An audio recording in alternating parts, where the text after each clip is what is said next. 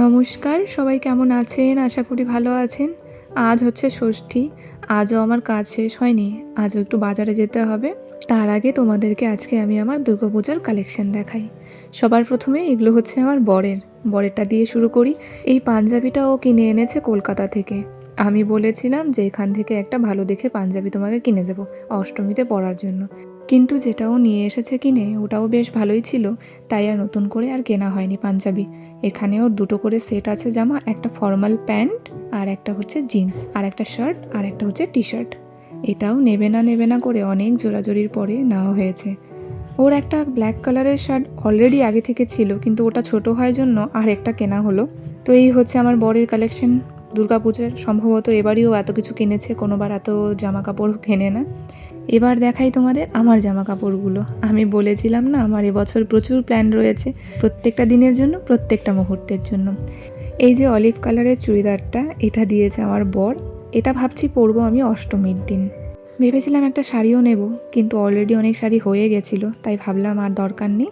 আর এরপরে এই দুটো শাড়ি, এটা হচ্ছে অ্যাকচুয়ালি বাপটা সিল্ক বলে এটাকে। একই ডিজাইনের দুটো কালারের, একটা হচ্ছে দুটো কালার কন্ট্রাস্ট দিয়ে একটা সেম কালারেরই দুটো শাড়ি। এই দুটো আমি নিয়ে এসেছি হচ্ছে মুর্শিদাবাদ থেকে। আর এরপরে এই যে মেরুন কালারের চুড়িদার, এটা আমার ভাই পাঠিয়েছিল টাকা আমার আর আমার বরের জন্য কিছু কেনার জন্য, তো সেখান থেকে আমি এই চুড়িদারটা কিনে রেখেছিলাম অলরেডি আগে থেকেই। আর এই শাড়িটা আমার অ্যাকচুয়ালি অনলাইন থেকে নেওয়া, ভালো লেগেছিল, আমি নিজের জন্য নিয়েছি। এবং এটা বলতে গেলে আমার নিজে গিফট করা অ্যাকচুয়ালি, কেউ দেয়নি, এটা আমি নিজেই নিজের জন্য কিনেছি। আর এই যে লাল শাড়িটা, এটা হচ্ছে মসলিন। গতবারই বেরিয়েছিল, ভাবছিলাম আমি গতবারই কিনবো, কিন্তু কেনা হয়নি। এটা অ্যাকচুয়ালি আমি কিনিনি, এটা দিয়েছে হচ্ছে আমার স্টুডেন্টের মা। মানে আমি দুটো বাচ্চাকে কম্পিউটার শেখাই, তো সেই স্টুডেন্টের মা অ্যাকচুয়ালি দিয়েছে আমাকে এই শাড়িটা আমার এত পছন্দ হয়েছে যে ভেবেছি এটার ব্লাউজটা আমি বানাবো, আর এটাই আমি হচ্ছে অষ্টমীতে পরবো। আর এরপরে এই যে শাড়িটা, এটা হচ্ছে আমার দিয়েছে আমার বড় যা।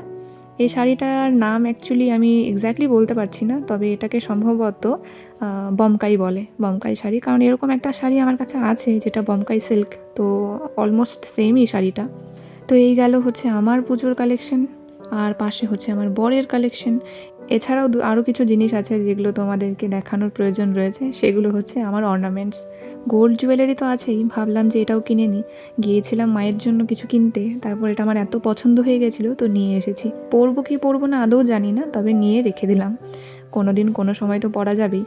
আর এই হচ্ছে সেই লম্বা লম্বা বড় বড় কানের কিনে রেখেছি। এগুলো অ্যাকচুয়ালি আমি না কোচবিহারে যখন গিয়েছিলাম তখন আমি কিনতে চেয়েছিলাম, কিন্তু এত হাই প্রাইস সেম কানের এগুলো আমি কোচবিহারে দেখে এসেছি 380, 370, 350 করে, যেগুলো আমি কিনে এনেছি এখানে এত কম দামে। এই কানেরটা এটা আমাকে চেয়েছিল হচ্ছে 90 টাকা কোচবিহারে, আমি এটা এখান থেকে প্রিন্টিং প্রাইস 40 টাকা আছে, আমি নিয়ে এসেছি 30 টাকা দিয়ে। সত্যি পুজোর সময় এত দাম বেড়ে যায় জিনিসপত্রের, মানে আকাশ ছোঁয়া। ভেবেছিলাম আমাদের এখানেই হয়তো দামটা বেশি হবে, কিন্তু না, দেখলাম কোচবিহারেই জিনিসপত্রের দাম বেশি। এই কানেরটা এটা নিয়ে এসেছিলাম সেই শপিং মল থেকে 129 টাকা, ভাবা যায়। এরকম কানেরই আমি এখানের থেকে 30-40 টাকায় আমি নিয়ে রেখেছি। যাই হোক, কিছু করার নেই, পছন্দ হয়ে গেলে তো জিনিস নিতেই হয়। পুজোর সময় কি আর এত দামাদামি করলে চলে? আর আরেকটা জিনিস, সেটা হচ্ছে এটা তো পরে আমি অলরেডি দেখিয়েই দিয়েছি, এটাও আমার পুজোর ড্রেস। এটাও আমার নিজের গিফট করা। এটা নিয়েছি আমি অনলাইন শপিং থেকে নেওয়া, পরেও ফেলেছি অলরেডি, তারপরেও দেখালাম, পুজোর ড্রেস বলে কথা, তাই না? তো এখন আমি একটু বাজারে বেরোবো। আমার যে ওই লাল শাড়িটা যেটা আমার স্টুডেন্টের মা দিয়েছিল, সেটা ভাবছি যে আমি অষ্টমীর দিন পরবো, তাই ওটার ব্লাউজ পিসটা কাটিয়ে রেখেছিলাম, ওটাই আজকে আমি দিতে যাব বানানোর জন্য।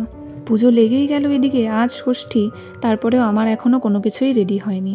না জামা কাপড় ফিটিং হয়েছে, না ব্লাউজ বানানো হয়েছে। মনে হচ্ছে এইসব প্রসেসের মধ্যে দিয়ে আমার পুজোটা কেটে যাবে। যাই হোক, এখন আমি বেরোই, সব গুছিয়ে নিয়ে আমাকে বেরোতে হবে। বেরোই, আর মায়ের এখানে যে পুজো হচ্ছে, আমাদের মায়েদের একটা কমিটি আছে, মহিলা সমিতি, সেখানে মায়েরা সব মহিলারা মিলে দুর্গাপূজা করে, তো ভাবছি সেখানে একটু দেখা করে আসবো। চলো, তোমাদের সাথে আমার পুজোর গল্প আরও অনেক হতে থাকবে। টাটা।